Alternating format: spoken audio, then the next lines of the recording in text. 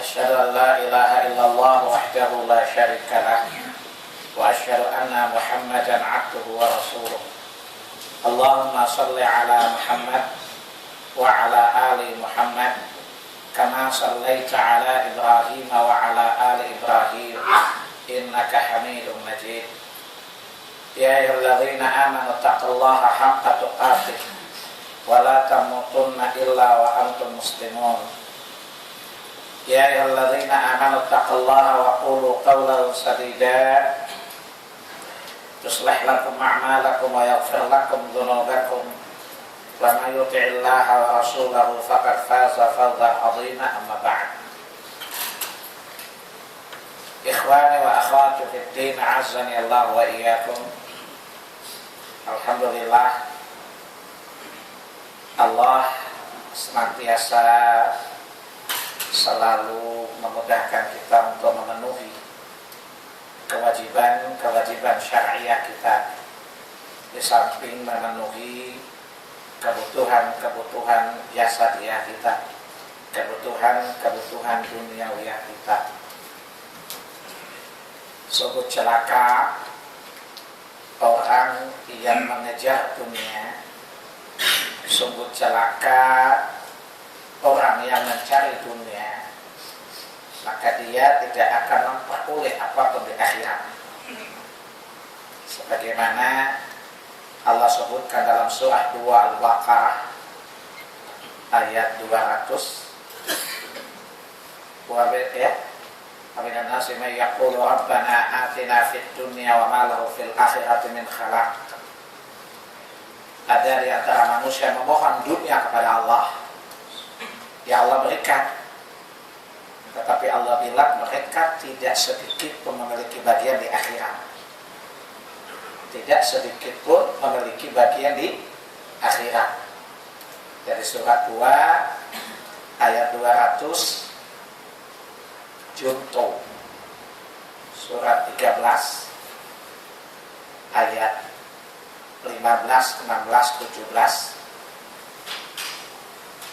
Junto, surat 17 ayat 18 dan 19.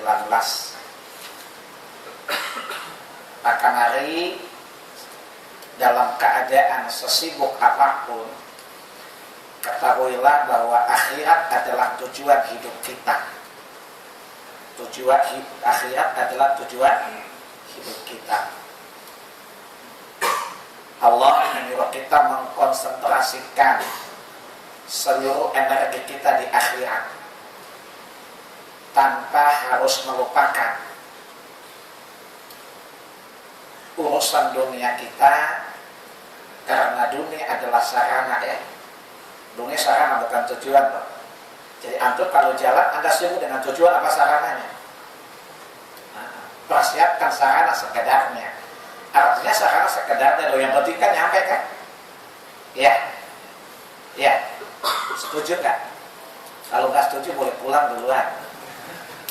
Karena itu yang Allah katakan surah 28 ayat 77, ya, Al-Qasas. Wabtaghi fima ataakallahu daral akhirah wala tansa nasibaka minad dunya. Allah ketika menyebutkan akhirat, Allah ibtagha yabtaghi, bersungguh-sungguh maksudnya.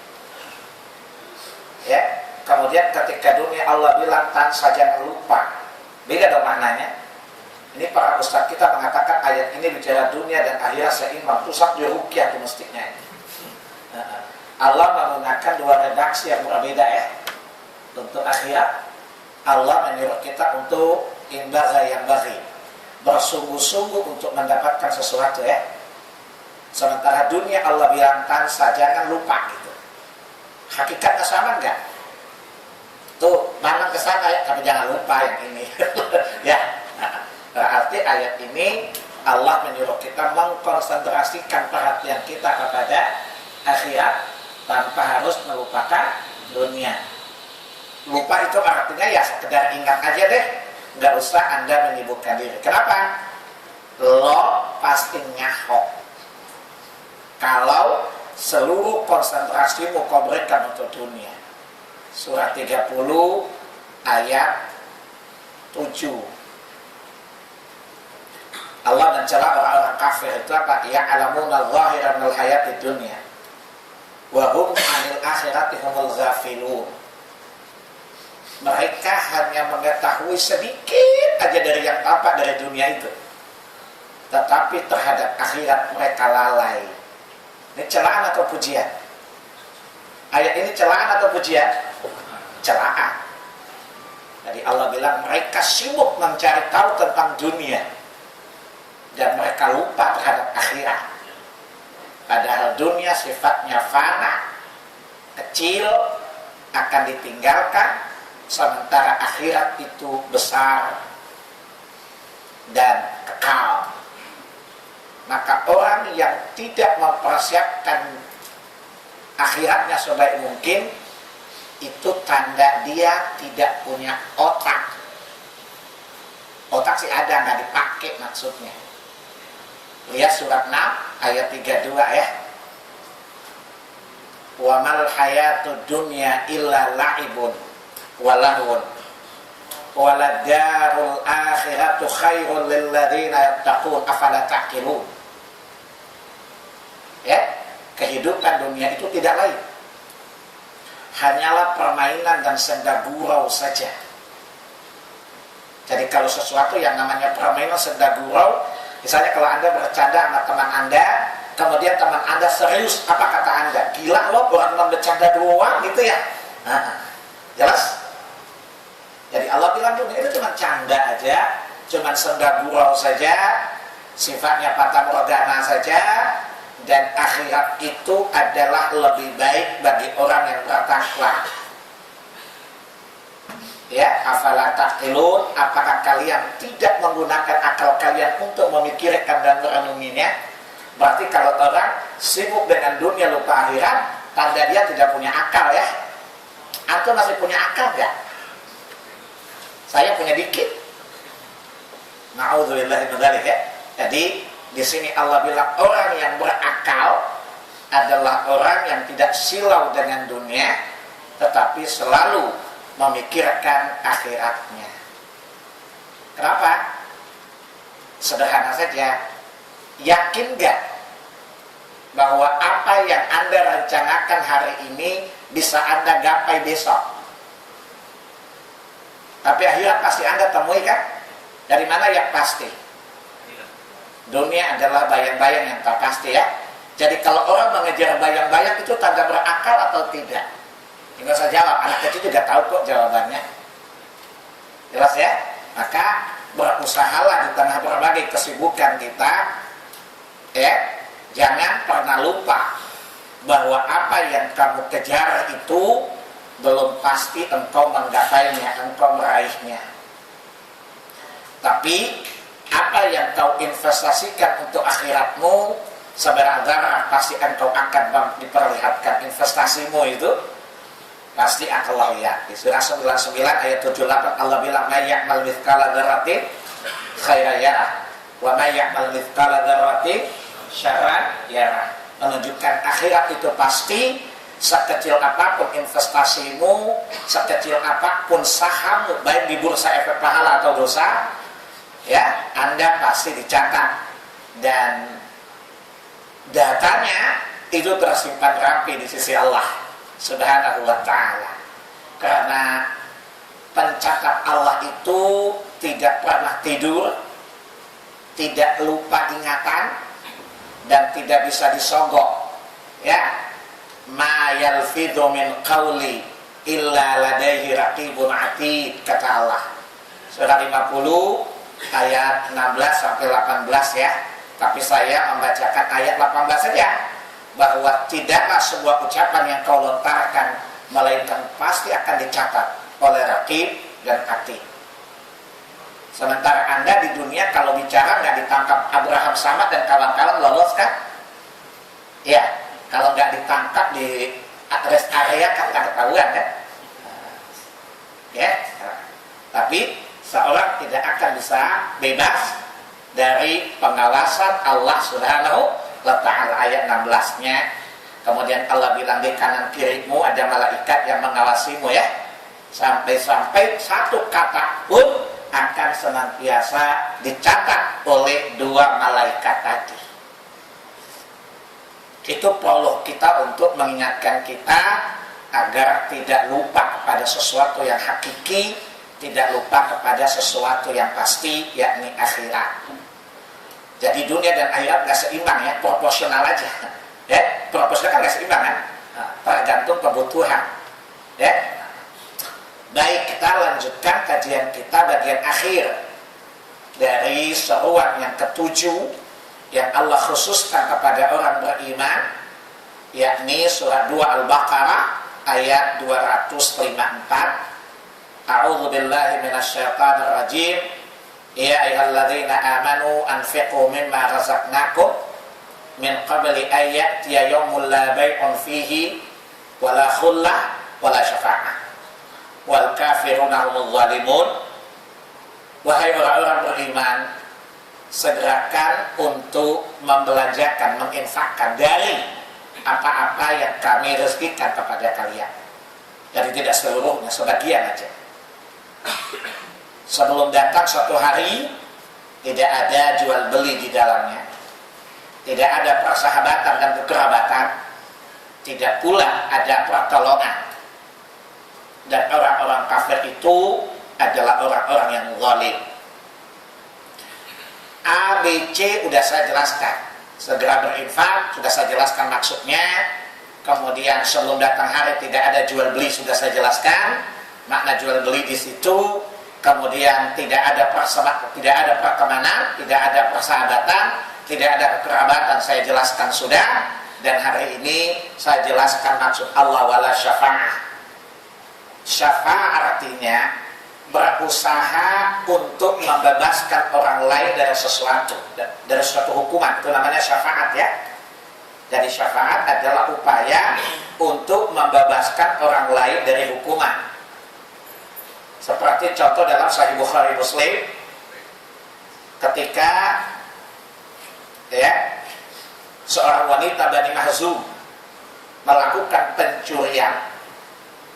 Dan Bani Mahzum adalah bangsa yang paling mulia di bangsa Arab. Lalu para pembesarnya kemudian berkumpul, lalu mengatakan, alangkah aibnya kalau wanita ini dihukum karena mencuri atau melakukan perbuatan pidana, karena mencederai dan akan meruntuhkan kehormatan sukunya. Maka mereka minta siapa kira-kira yang bisa datang kepada Nabi mohon syafaat, karena Nabi penetap hukum ya, dan Nabi eksekutornya, Nabi eksekutifnya, yudikatifnya gitu ya, ada pada tangan Rasulullah Sallallahu Alaihi Wasallam, dan Nabi juga regulatornya ya, Nabi yang bikin hukum, Nabi yang jadi eksekutornya gitu kan, semuanya di tangan Nabi. Lalu siapa yang minta syafaat? Jadi memohon kepada Nabi agar wanita ini dibebaskan dari hukuman. Maka dipilihlah satu nama, diusulkan, ya tentu pilih orang yang paling dicintai, disayangi oleh Rasulullah Sallallahu Alaihi Wasallam. Maka pilihannya jatuh kepada Usama bin Zaid. Usama bin Zaid bin Harithah. Ya, Zaid bin Harithah adalah bekas budaknya Khadijah radhiyallahu anha, yang kemudian dijadikan anak oleh Nabi ya, anak angkat.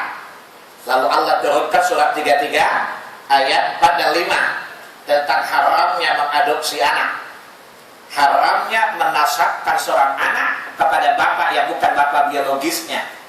Paham? Yang padahal tadi orang-orang sudah memanggil Zaid bin Muhammad ya, sehingga orang tidak tahu lagi Zaid bin Harithah. Lalu Allah turunkan ayat ini sehingga Zaid keluar lagi ya, kemudian menjadi Zaid bin Harithah sampai wafatnya.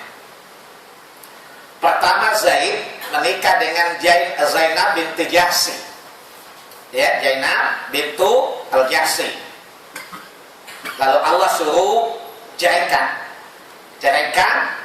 Kemudian Allah kasih kawin dengan Rasulullah. Kenapa? Karena anak kandung istrinya walaupun sudah bercerai haram menikah dengan bapak suaminya. Jelas? Surat 4 ayat 23. Makanya Allah menyuruh Zainab kawin dengan Rasulullah, menunjukkan bahwa antara Zaid dan Rasulullah tidak ada hubungan nasab. Ngerti orang? Jangan nanya kenapa bisa begitu, ya terserah Allah lah, numpang kok nanya sih, pusing tahu. Ini saya menjelaskan hubungan kerabatan Zaid dengan Usama dengan Nabi loh ya, asal muasalnya ini. Ya. Maka kemudian Zaid menikah dengan wanita lain, lalu memiliki seorang anak. Ya, Zaid kan dari kalangan bawah, Zainab itu dari kalangan atas ya, sehingga tidak terjadi kecocokan di antara keduanya. Ya, kemudian Allah turunkan ayat, kemudian Zaid menceraikan Zainab, dan Zainab kemudian oleh Allah dikawinkan dengan Rasulullah. Maka kalau istri-istri kumpul, masing-masing merasa punya kelebihan di sisi Nabi. Apa kata Zainab bin Jahsy? Kalian semua kan dikawinkan oleh wali-wali kalian di bumi. Kalau saya kan dikawinkan oleh Allah dari langit, jadi gue kayaknya lebih kali. Ya, perempuan di mana-mana pasti ada cemburu-cemburu dikit gitu ya. Tapi Nabi mampu mengendalikan istri beliau. Kalau antum jangan poligami ya, tampangnya tidak meyakinkan. Jelas ya? Nah, ini kisah ya, kedekatan Rasulullah dengan Zaid bin Harithah. Jelas ya? Lalu menikah dengan wanita lain, Allah mengaruniakan seorang anak bernama Usama bin Zaid, dan Nabi sangat mencintai Usama seperti Nabi mencintai, menyayangi bapaknya Zaid bin Harithah. Ya, sehingga Nabi kalau duduk biasa Hasan dan Husain selalu dipangku sama ya, saking cintanya kepada Usama. Maka kalau begitu pilihlah Usama untuk menemui Rasulullah, meminta syafaat gitu ya, memberi syafaat, menjadi advokat kayak yang subur gitu ya. Dia bilang sama pengacara gila-gila itu kan, supaya dia dibebaskan dari hukuman. Maka Rasulullah begitu Usama datang meminta, kata Nabi, wahai Usama, apakah engkau mendatangiku meminta syafaat, memberi syafaat kepada orang ini agar Allah melaknatku dan melaknatmu bukan merubah hukum Tuhan? Jadi dia datang menjadi syafaat ya, memberi syafaat, dia memohon kepada Rasul agar orang ini dibebaskan dari hukuman. Maka kata Nabi, wallahi demi Allah, telah binasa umat-umat sebelum kalian disebabkan apabila ia mencuri orang bawah, ia melakukan kriminal orang bawah, maka mereka menegakkan hukuman. Dan apabila ia melakukan kriminal orang-orang atas, maka hukum pun tidak ditegakkan. Terjadi nggak di Indonesia? Kan makanya Allah merubah Israel menjadi babi dan kera ya. Maka pejabat kita juga kelakuan kayak kera juga ya, kayak monyet, mamon, manusia monyet. Cari makmun susah. Tahu makmun nggak? Makmun bahasa Arab, kalau mukmin orang beriman. Makmun artinya orang yang amanah ya. Cari makmun di Indonesia gampang nggak? Tapi cari mamon banyak. Karena sudah berubah-ubah hukum Allah tadi. Seperti bangsa Israel tadi. Ya. Lalu Nabi marah sekali. Kemudian Nabi mengatakan, demi Allah, sekiranya Fatimah bintu Muhammad mencuri, aku tidak segan untuk memotong tangannya. Ya. Tapi di Indonesia beda. Siapa yang dekat kekuasaan biasanya tidak dikenai sanksi hukuman. Emang bangsa monyet gitu ya. Mudah-mudahan antum dan saya enggak ya. Jadi bangsa mamon. Ya. Baik, inilah dari makna syafaat tadi ya. Jadi hadis ini secara bahasa kita ketahui makna syafaat. Jadi syafaat dalam syariah nanti di akhirat adalah ada orang-orang tertentu yang memohon kepada Allah Taala agar orang-orang tertentu juga dibebaskan atau dikurangi azabnya oleh Allah Subhanahu wa Ta'ala. Paham anak-anak? Paham tidak? Yakin? Habis ini saya tanya loh. Baik, kata bapak-bapak saya takut ya. Baik, nah sekarang kita akan membahas tentang wala syafa'ah pada ayat tadi. Makanya orang Islam ada tiga golongan dalam mengimani syafaat. Golongan yang pertama adalah mengingkari syafaat secara mutlak, bahwa di hari kiamat tidak ada syafaat. Alasan mereka adalah ayat ini dan ayat yang lain. Ada dua ayat bahwa tidak ada syafaat pada hari kiamat. Dan mereka telah disepakati oleh para ulama Ahlussunnah, mereka adalah kufur karena mengingkari ketetapan Allah dan Rasul secara qat'i. Padahal begitu banyak gamblang nas syariat. Yang kedua, orang yang mengimani syafaat tetapi mereka berlebih-lebihan dalam syafaat. Contoh, di Indonesia meyakini bahwa Habib A nanti bersyafaat gitu ya, maka datang ke kuburannya. Saya suka tanya, Habib, kira-kira nomor izin syafaat nomor berapa ya? Kan orang memberi syafaat, kan ada 2 syarat gitu ya. Terus saya tanya, Habib, syarat syafaat apa saja? Itu Habibannya ngawur loh. Jelas, nanti jelasin. Nah, ini berlebih-lebihan ya. Jadi orang yang memberi syafaat harus ditetapkan menurut nas, tidak boleh dengan kira-kira. Ini juga hulu, berlebih-lebihan. Bahkan mereka bisa terjatuh kepada kesyirikan karena datang ke wali songo minta syafaat. Ini namanya songong. Yang ketiga adalah orang yang wasatiyah, pertengahan, ya, mengimani syafaat secara mutlak tetapi mengembalikannya sesuai dengan ketetapan nas dan tidak melebihi itu. Dan ini adalah yang selamat, dan itu manhaj yang hendak kita jelaskan. Faham? Jadi makna pertama dari wala syafa'ah, ya, saya tidak usah jelaskan ayat, saya kasih nomornya aja ya. Nah, supaya lebih hemat waktu. Ya, saya ulangi, kata wala syafa'ah la nafiyah di sini. Peniadaan syafaat pertama, meniadakan syafaat dari selain Allah karena seluruh syafaat milik Allah. Paham? Kalau mau ingat-ingat, kalau mau catat-catat. Saya nggak baca redaksinya, saya hanya kasih tahu nomor ayatnya saja. Surat 39 ayat 43 dan 44. Allah bilang, amin takhadha, apakah mereka mengambil syafaat, memberi pertolongan selain Allah? Ya, padahal tidak ada yang bisa memberi syafaat di sisi Allah.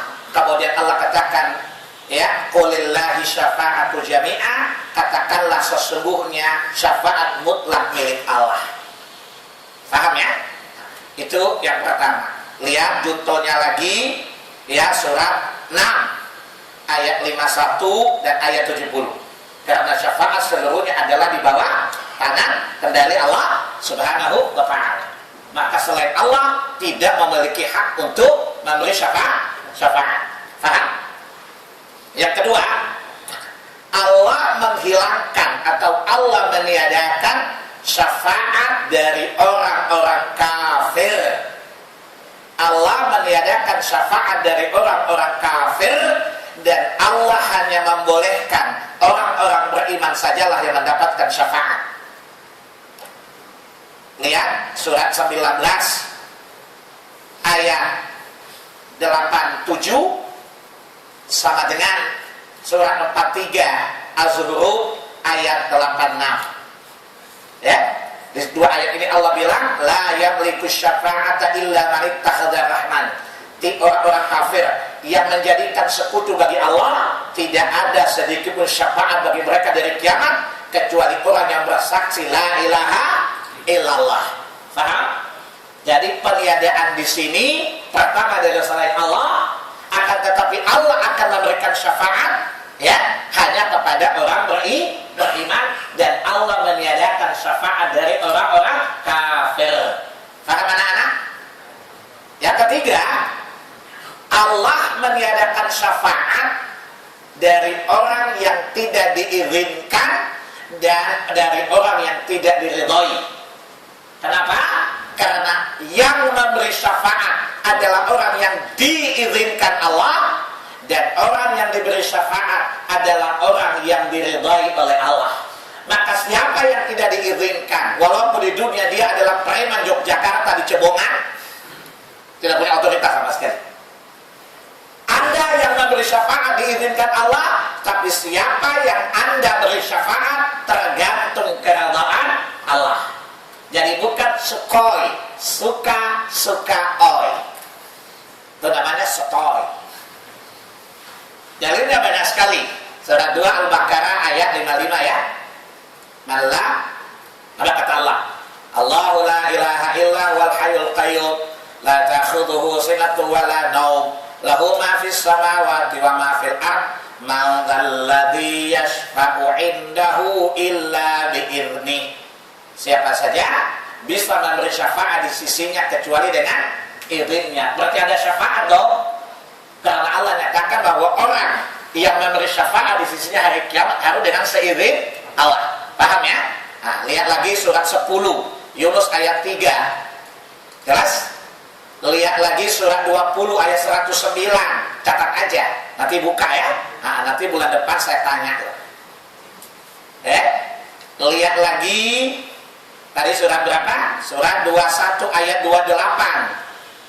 Surat 53 An-Najm ayat 26.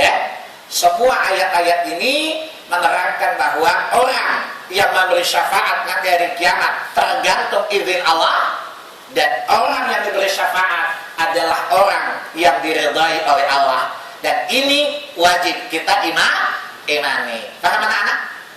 Berarti syafaat ada tidak? Asal memenuhi dua syarat. Pertama, syafaat hanya Allah berikan kepada orang beriman. Tidak ada syafaat dari kalangan bagi orang kafir. Makanya Nabi Ibrahim kelak akan meminta kepada bapaknya, tetapi Allah tidak mengizinkannya, sehingga kemudian bapaknya menjadi tikus dan dicampakkan ke dalam neraka. Itu seterusnya. Kemudian Rasulullah, apa itu namanya syafaat, diberikan kepada orang yang beriman. Cuman siapa orang beriman yang memberi syafaat, atau apa saja yang bisa memberi syafaat, dan siapa yang diberi syafaat syaratnya adalah diizinkan dan diridhai oleh Allah Subhanahu wa ta'ala. Paham? Yang jadi pertanyaan, siapa saja sih yang memberi syafaat? Ada 8 ya. Pertama, Rasulullah dong. Hadis tentang Nabi memberi syafaat banyak sekali ya. Kenapa? Karena Nabi memiliki kedudukan yang paling tinggi. Sebagaimana Allah firmankan di surat 17 ayat 79. Wa minal laili fatahajjad bihi nafilatan lak asa ayyab'atsaka rabbuka maqaman mahmuda. Ini ayat tidak berlaku buat kita loh ya, berlaku buat Nabi. Ya, kenapa? Karena hukum asal tahajud buat Nabi wajib. Setelah Mi'raj Allah rubah jadi sunnah. Tapi di sini Allah hanya bilang engkau Muhammad, bukan kita loh. Paham ya? Jadi Allah pertama kali mewajibkan salat tahajud itu apa? Wajib. Surat 73 ayat 1 sampai 10 ya, buat Nabi. Setelah Mi'raj Allah bilang, dan kamu melewati sebagian malammu yang akhir untuk bertahajud sebagai tambahan, bukan lagi wajib. Kata Allah, ayyaba'atsaka. Allah bilang ayyaba'atsakum, enggak. Allah hanya bilang engkau saja Muhammad. Paham? Jadi kita dapat pahala tahajud iya, tetapi kita tidak punya kedudukan yang tinggi itu ya. Itu hanya dikhususkan bagi Rasulullah sallallahu alaihi wasallam, dan ini diperkuat dalam hadis Muslim. Nabi, siapa yang mendengarkan adzan kemudian dia bersalawat untukku dan meminta tempat yang terpuji di sisi Allah, dan aku berharap aku mendapatkannya, maka dia berhak mendapatkan syafaatku pada hari kiamat. Jelas? Jadi maqaman mahmudah tentu buat Nabi dong. Nabi sudah dijamin, tetapi Nabi tetap tidak kegeeran loh. Bayangkan kalau antum dijamin gak dengar pengajian, gak sholat. Alasannya apa? Ngapain lagi ada kartu jaminan? Coba lihat, Allah sudah menjaminkan maqamah mahmudah buat Nabi, tetapi dia tetap berharap agar umatnya meminta kepada Allah agar maqamah mahmudah itu diberikan kepadanya. Padahal sudah ada jaminan, bukan ragu. Tetapi Nabi adalah orang yang berhati-hati kan? Jelas? Menunjukkan bahwa sudah ada jaminan saja. Kenapa boleh jadi? Bahwa Allah tidak mengingkari janjinya, tapi manusia bisa menyebabkan hilangnya janji itu, bukan? Jelas? Sehingga inilah yang mendudukan Rasulullah pada hari kiamat pertama kali memberikan syafaat. Maka kata dalam Sahih Bukhari Muslim apa? Saya adalah Nabi yang terakhir. tetapi saya pertama kali dibangkitkan pada hari kiamat, dan saya adalah menjadi pemimpin bagi seluruh anak Adam. Saya yang pertama kali memberi syafaat, dan yang pertama kali diterima syafaatnya. Dan aku adalah nabi yang pertama masuk surga. Kemudian para nabi di belakangku, kemudian umatku mendahului masuk surga sebelum umat-umat yang lain. Ini dalil bahwa nabi memiliki kedudukan yang tinggi di sisi Allah Tabaraka wa Ta'ala, dan dia kelak pertama kali memberikan syafaat, dan dia yang pertama kali, maksudnya dia orang pertama yang diizinkan memberi syafaat, dan dia orang pertama kali yang syafaatnya diterima oleh Allah Subhanahu wa Ta'ala. Paham anak-anak? Paham apanya? Kayaknya ngantuk deh, belum makan siang ya. Ini bapak-bapak kurang oksigen, ngantuk. Kelebihan oksigen, ngantuk juga. Baik, ya? Nah, jelas ya? Dan syafaat Nabi itu ada 6 ya. Tapi yang paling besar adalah syafaatul uzma. Sebagaimana dalam Sahih Bukhari dan Muslim, bahwa ketika Allah meniupkan sangkakala, kemudian membinasakan segala yang ada di atas kecuali yang Allah kehendaki tidak binasa. Kemudian Allah memerintahkan malaikat meniupkan sangkakala lagi dan membangkitkan di mahsyar, dan tenggat waktu yang cukup lama. Abi Hurairah bilang, saya lupa 40 tahun apa 40 ribu tahun ya, saya lupa itu. Betapa jujurnya Abi Hurairah ya. Itu kalau antum kadang-kadang cerita sendiri loh. Ya. Jadi Abi Hurairah lupa 40 itu 40 bulan, 40 tahun atau 40 ribu tahun. Betapa jujurnya sahabat ya. Nah, ketika dia lupa, dia bilang dia lupa, tidak sok tahu. Ya. Lalu apa kata Rasulullah? Kemudian manusia tinggal tanpa kepastian di mahsyar, di mana Allah bangkitkan mereka sebagaimana pertama kali mereka diciptakan. Allah jelaskan di surat 6 ayat 9. Walaqad ji'tumuna furada kama khalaqnakum awwala marrah. Kalian akan datang kepada kami dari kiamat sebagaimana kalian pertama kali diciptakan ya. Jadi laki-laki tidak khitan, telanjang bulan, tidak bersandal. Ya, Aisyah bilang begini, maksudnya apa, kalau orang lihat gitu-gitu kan itu namanya bugil ya. Bapak-bapak kalau suka yang bugil-bugil kan, kenapa nggak risih? Kata Nabi, urusan hari itu telah menyita perhatian sampai orang tidak memperhatikan siapa yang ada di sisinya. Kalau bapak ketangkap narkoba, kira-kira perempuan cantik lewat masih bernafsu nggak? Ada urusan sama polisi mau hukum gantung, kira-kira ada nafsu nggak perempuan cantik lewat? Impoten kan? Apalagi hari itu ya, sehingga tidak ada orang yang tertarik dengan orang di sampingnya ya. Kemudian Allah bersabda, hadis banyak sekali. Lalu manusia pun dalam keadaan gelisah, lalu mereka datang kepada Adam alaihi salatu wassalam, lalu mereka berkata, wahai Adam, engkau adalah bapak manusia, datanglah kepada Rabb kita, mohonlah bersyafaatlah kepada kami, kepada Rabb kita, agar hisab ini dipercepat. Apa jawab Adam? Nah, sorry ya, gue ini punya masalah. Tuhan melarang gue tidak boleh makan itu, gue nekat loh ya. Jadi gue punya masalah, malu gue menemui Rabbku. Coba, Adam hanya bikin satu kesalahan, sudah diampuni, malu ketemu Allah, gimana antum? Gimana kita ya? Maka manusia datang kepada Nuh. Ya, Rasulullah datang kepada Nuh. Saya berkata, ya Nuh, engkau adalah rasul yang pertama diutus kepada manusia. Karena sebelumnya kan nabi-nabi ya. Risalah itu diawali dari Nuh ya. Maka mohonlah kepada Allah, datanglah kepada Allah. Ya, berilah syafaat kepada kami. Mohonlah kepada Allah agar hisab ini dipercepat. Nuh menjawab, urusanku lebih berat dari bapak tadi, karena aku pernah lancang kepada Allah dalam urusan anakku, dan Allah menegurku. Tapi Allah bilang di surah 11 ayat 42, 46, Allah sudah ampuni dosa Nuh loh ya. Nah, kalau Nuh urusan anak saja, padahal dia dakwah siang malam saya tanggung jawab, gimana antum yang gak didik anak dengan baik? Kayaknya antum susah deh beri syafaat, kayaknya susah banget. Saya ngomong kalau saya gak punya anak, jelas ya. Jadi namanya bapak kurang tahu Jelas ya? Maka datanglah kalian kepada Ibrahim alaihissalatu wassalam. Kata datang ke Ibrahim, ya Rasulullah, ya Ibrahim Khalilullah, engkaulah kesayangan Allah. Ya, berilah kami syafaat. Datanglah kepada Allah Azza wa Jalla, mohonlah kepadanya agar hisab ini dipercepat. Maka Nabi paling takut pada hisab itu karena alamatnya ya. Lalu apa kata Ibrahim? Aku pernah berbohong 3 kali loh. Jadi aku kayaknya nggak bisa deh. Pertama aku berbohong soal patung tuh. Tapi Allah benarkan dia, Allah nggak bilang dia bohong kan? Bagaimana ente tukang bohong bini? Yang kedua aku udah berbohong ketika aku datang ke Mesir bersama istriku Sarah, dan Raja Mesir itu paling demen dengan perempuan cantik, maka lakinya pasti dibunuh. Maka ketika Raja bertanya, hei Ibrahim, siapakah wanita cantik bersamamu? Ibrahim menjawab, saudara perempuanku. Udah.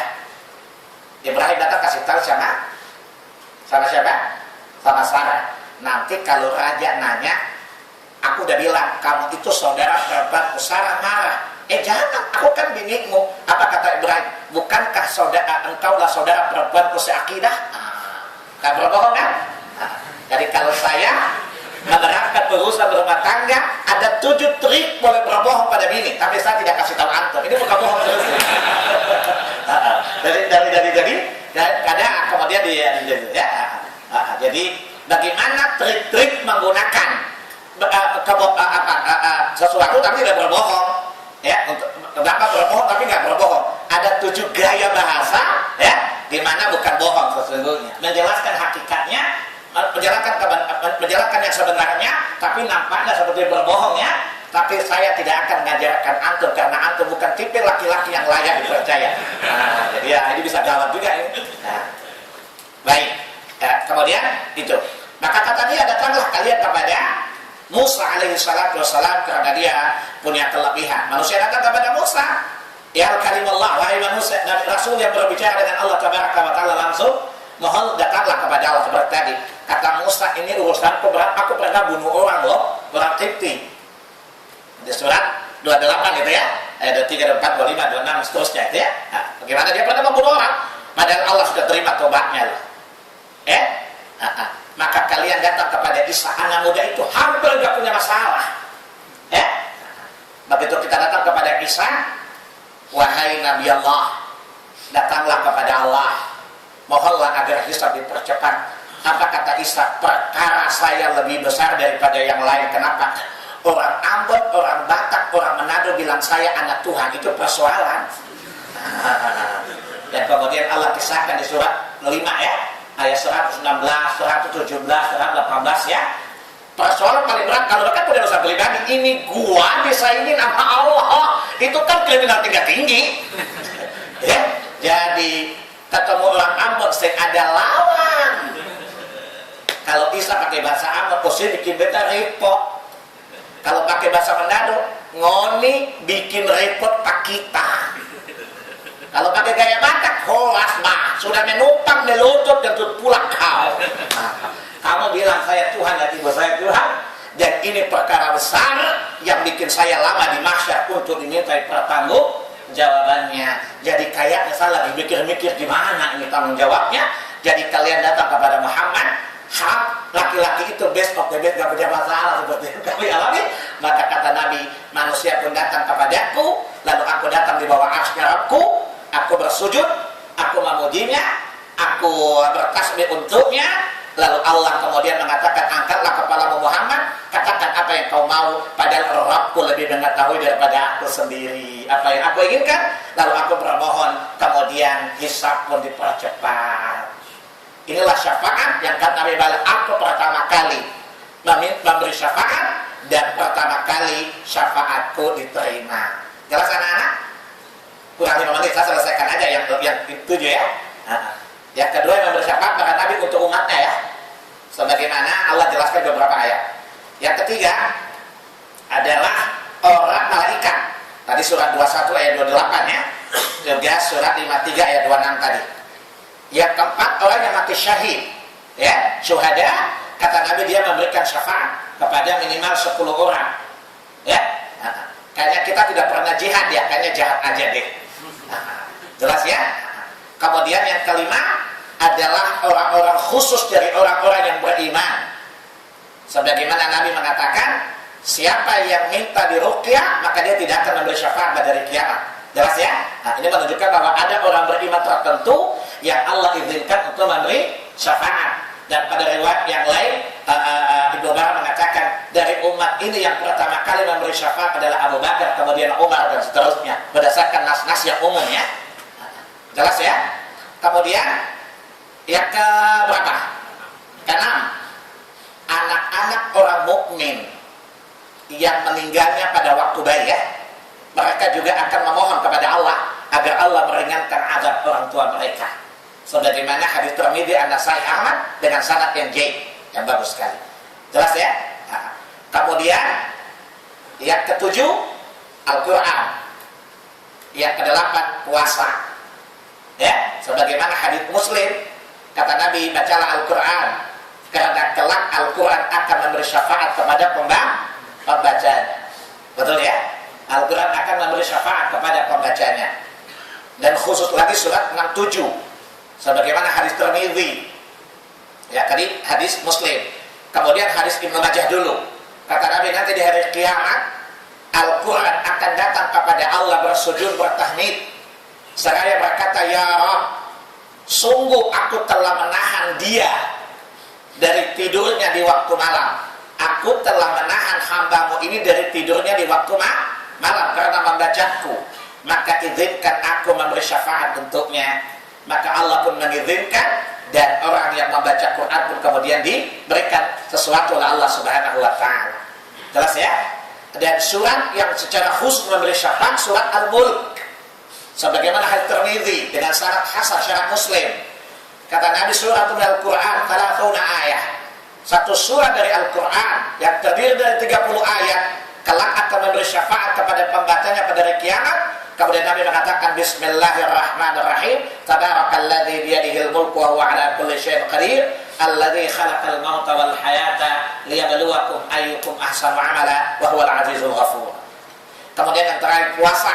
Sebagaimana hadis Ibnu Majah Quran tadi, kata Nabi, kemudian puasa pun datang menemui Allah Tabaraka wa Ta'ala seraya dia bersujud, dia bertasbih, dia bertahmid, lalu dia berkata, ya Rabb, sungguh aku telah menahan hambamu ini dari syahwatnya di siang hari.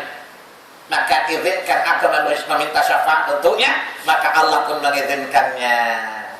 Inilah dalil bahwa syafaat itu ada hanya bagi orang-orang beriman. Tapi orang beriman yang diberi izin oleh Allah, yang diberi syafaat adalah orang yang diridai oleh Allah. Yang memberi syafaat 8 tadi, dan saya kira cukup pas yang 1 lebih korupsi.